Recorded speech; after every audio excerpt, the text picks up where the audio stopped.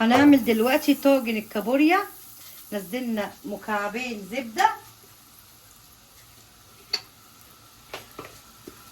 وهنزل معلقه توم بالفلفل اهو.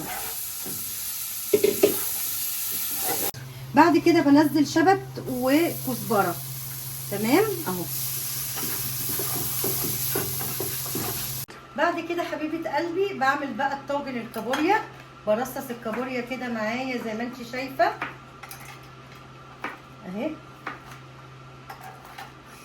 اوكي، بنزل عليها بالصوص اللي انا عملته ده. شايفين يا جدعان؟ شايفين الريحه والجمال والحلاوه. بعد كده هنزل بقى ايه حلقات طماطم كده زي ما انت شايفه كده.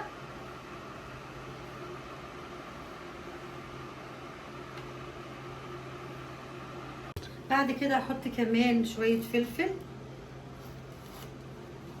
احط بقى شويه ملح. انا حاطه في الثوم في البدايه بس ايه علشان يبقى معايا متحبك كده وجميل. احط شويه شطه كمان.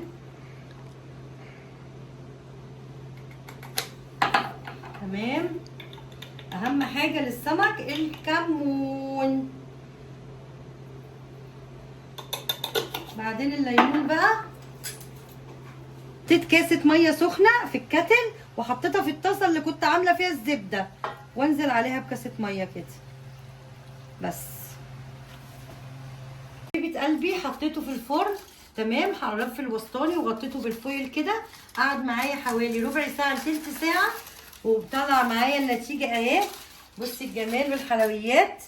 بصي استوى ازاي وجميل. تمام. بصي الجمال.